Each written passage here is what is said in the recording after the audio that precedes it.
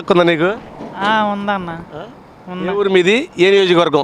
మాది అరిఫిరాల అన్న, గుడివాడ నియోజకవర్గం. ప్రస్తుతం చదువుకున్న వాళ్ళు ఉన్న సమస్యలు ఏంటి? అంటే నేను మామూలుగా జాబ్ చేస్తున్నాను అన్న గుడివాడలో.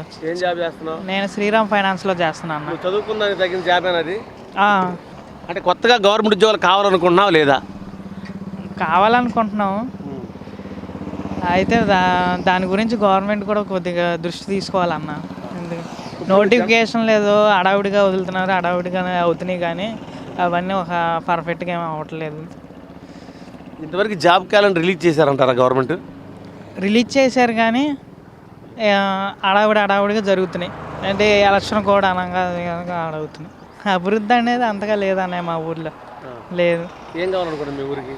సరైన రోడ్లు లేవు, సరైన నీటిపారుదల అసలు లేదు. ఇక ఏమన్నా చూస్తే కనుక ఏమన్నా చేయాలని.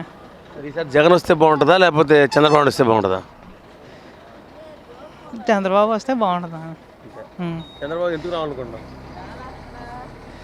ఏంటంటే వర్క్ అదే వీటి గురించి ఎక్కువగా ఇది చేస్తాడని. ఎందుకంటే ఇన్ఫ్రాస్ట్రక్చర్ గురించి ఇక అభివృద్ధి చేస్తూ ఉంటాడు కాబట్టి మనకి వస్తే బాగుంటుంది అనిపిస్తుంది.